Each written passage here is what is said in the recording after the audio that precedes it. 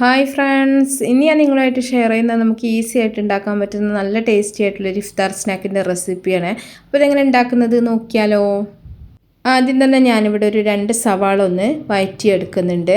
അപ്പോൾ ഓയിലോ വെളിച്ചെണ്ണയോ ഒഴിച്ചിട്ട് നിങ്ങൾക്ക് ഇതൊന്ന് വഴറ്റിയെടുക്കുക. ഇനി കുറച്ച് ഉപ്പും കൂടെ ചേർത്തിട്ടൊന്ന് വഴറ്റിയെടുക്കുകയാണെന്നുണ്ടെങ്കിൽ പെട്ടെന്ന് തന്നെ ഉള്ളി ഒന്ന് മൂത്ത് കിട്ടും. അപ്പോൾ ഉള്ളി ഒന്ന് വഴന്ന് വന്നതിന് ശേഷം വേണം നമ്മളിതിലേക്ക് ഇഞ്ചി വെളുത്തുള്ളിയൊക്കെ ചേർത്ത് കൊടുക്കാനായിട്ട്. ഇനി കുറച്ച് കറിവേപ്പിലയും കൂടെ ചേർത്ത് കൊടുക്കുന്നുണ്ട്. കറിവേപ്പിലൊക്കെ നിങ്ങളുടെ ഇഷ്ടത്തിനനുസരിച്ചിട്ട് നിങ്ങൾക്ക് ചേർത്ത് കൊടുക്കാം കേട്ടോ. ആ ഒരു ഫ്ലേവർ ഇഷ്ടമാണെങ്കിൽ കൂടുതലായിട്ട് ചേർക്കുക. ഇനി ഇതിലേക്ക് ഒരു 2 ടീസ്പൂൺ ഇഞ്ചി വെളുത്തുള്ളി ചതച്ചതും കൂടെ ചേർത്ത് കൊടുക്കുന്നുണ്ട്. രണ്ടും കൂടെ ഒരുമിച്ച് ചതച്ചെടുത്തിട്ടുള്ള പേസ്റ്റാണ് ഞാൻ ചേർത്തിട്ടുള്ളത്. ഇഞ്ചി വെളുത്തുള്ളിൻ്റെ ആ ഒരു പച്ചമണക്ക് മാറി വരുന്ന സമയത്ത് നമ്മളിതിലേക്ക് ചിക്കൻ മസാലയാണ് ചേർത്ത് കൊടുക്കുന്നത്. നമ്മൾ വീട്ടിൽ തന്നെ ഉണ്ടാക്കിയിട്ടുള്ള ചിക്കൻ മസാലയാണ് ചേർത്തിട്ടുള്ളത് കേട്ടോ. ചിക്കൻ മസാല പറഞ്ഞാൽ മുളക് പൊടി, മല്ലിപ്പൊടി, മഞ്ഞൾപ്പൊടി, ഗരം മസാല, കുരുമുളക് ഇതൊക്കെ കൂടെ ചേർത്തിട്ട് നമ്മൾ പൊടിച്ചെടുത്തിട്ടുള്ളതാണ്. അപ്പോൾ ഒരു 2 ടേബിൾ സ്പൂൺ ചിക്കൻ മസാലയാണ് ചേർത്തിട്ടുള്ളത്. ഇനി കുറച്ച് മല്ലിയില അരിഞ്ഞതും കൂടെ ചേർക്കുന്നുണ്ട്. ഇനി നമ്മളിതിലേക്ക് ചിക്കൻ വേവിച്ചിട്ടൊന്ന് പൊടിച്ചെടുത്തിട്ടുള്ളതാണ്.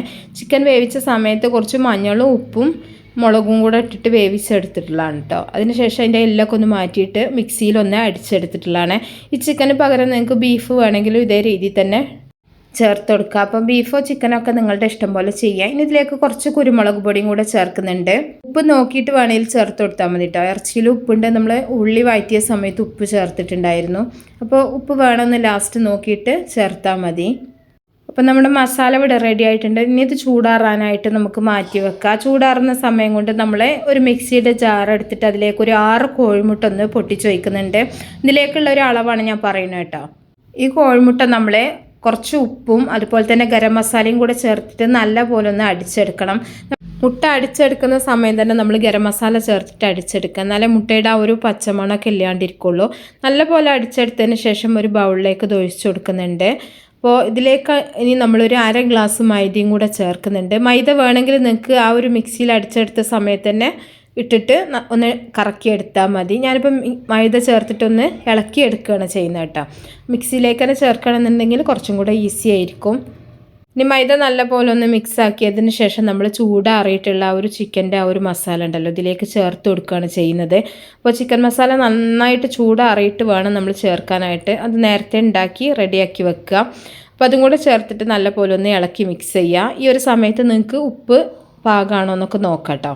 അപ്പോൾ ഉപ്പ് പാകമാണോ നോക്കിയിട്ട് വേണം ചെയ്യാനായിട്ട്. മുട്ടയിൽ നമ്മൾ ഉപ്പ് ചേർത്തിട്ടുണ്ട്, മസാലയിലും ഉപ്പ് ചേർത്തിട്ടുണ്ട്. ഇതൊന്ന് മിക്സ് ആക്കിയതിന് ശേഷം കുറച്ചും കൂടെ ഒന്ന് കുരുമുളക് പൊടി ഇതിലേക്ക് ചേർത്ത് കൊടുക്കുന്നുണ്ട്. കുരുമുളക് ഒരുപാട് വേണ്ട എന്നുള്ളവരാണെങ്കിൽ ചേർക്കണ്ട. ഒരു ഫ്ലേവർ ഇഷ്ടമാണ് ഈ ചേർത്തിട്ടൊന്ന് മിക്സ് ചെയ്തെടുക്കുക. ഇനി പാനൊന്ന് ചൂടാക്കിയിട്ട് ഓയിലോ വെളിച്ചെണ്ണ എന്തെങ്കിലും കുറച്ച് ഒഴിച്ചിട്ടൊന്ന് നമ്മൾ ഈ ഒരു മിക്സ് ഇതിലേക്ക് ഒഴിച്ചു കൊടുക്കുകയാണ് ചെയ്യുന്നത്. ഒഴിച്ചു കൊടുത്തതിന് ശേഷം എല്ലാ ഭാഗവും ഒരേപോലെ ഒന്ന് നിരത്തിയെടുക്കുക.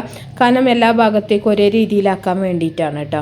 എന്നിട്ട് നമ്മളിതൊന്ന് അടച്ചു വെച്ചതിന് ശേഷം വേറൊരു പഴയ പാനിൻ്റെ മുകളിലായിട്ടാണ് ഇത് വെച്ച് കൊടുക്കുന്നത്. നേരെ തീയിൽ വെക്കുകയാണെന്നുണ്ടെങ്കിൽ മുട്ട ചേർത്ത് കാരണം തന്നെ അടി പെട്ടെന്ന് കരിഞ്ഞു പോകും. അത് ഒഴിവാക്കാൻ വേണ്ടിയിട്ട് നമ്മളൊരു പാനിൻ്റെ മേലെ കയറ്റിയിട്ട് അടച്ചു വെക്കുക. കുറച്ച് മല്ലിയില വെച്ചിട്ടൊന്ന് ഗാർണിഷ് ചെയ്യുന്നുണ്ട്. ഇനി നമ്മൾ അടച്ചു വെച്ചിട്ട് ഒരു 10 മിനിറ്റ് കഴിഞ്ഞിട്ട് നമുക്കിതൊന്ന് തുറന്ന് നോക്കാം. ഒരു ചെറിയ തീയിലാണ് ഞാൻ ഇട്ട് വെച്ചിട്ടുണ്ടായിരുന്നത്. ഒരു 10 മിനിറ്റ് ആയപ്പോഴേക്കും സാധനം റെഡി ആയിട്ടുണ്ട്. കുറച്ച് കനത്തിലുള്ള ചെറിയ പാത്രമാണെന്നുണ്ടെങ്കിൽ കനത്തിലാണെന്നുണ്ടെങ്കിൽ കുറച്ചുകൂടി ചിലപ്പോൾ സമയം എടുക്കും. ഇതൊന്ന് തിരിച്ചിട്ട് കൊടുക്കുന്നുണ്ട്. തിരിച്ചിട്ട് കൊടുക്കുന്ന സമയത്ത് വേണമെങ്കിൽ നിങ്ങൾക്ക് കുറച്ച് നെയ്യോ ഓയിലോ എന്തെങ്കിലും ഒഴിച്ചിട്ട് തിരിച്ചിട്ട് കൊടുത്താലും മതി. അപ്പോൾ നല്ല ടേസ്റ്റി ആയിട്ടുള്ള ഇറച്ചി കേക്ക് റെഡി ആയിട്ടുണ്ട്. എല്ലാവരും ഒന്ന് ട്രൈ ചെയ്തൊക്കെ ഇഷ്ടപ്പെട്ടാൽ ലൈക്ക് ചെയ്യുക, ഷെയർ ചെയ്യുക, മാക്സിമം സപ്പോർട്ട് ചെയ്യാം. അപ്പോൾ നല്ല റെസിപ്പികളൊക്കെ ആയിട്ട് നമുക്ക് അടുത്തൊരു വീഡിയോയിൽ കാണാം. ഓക്കേ.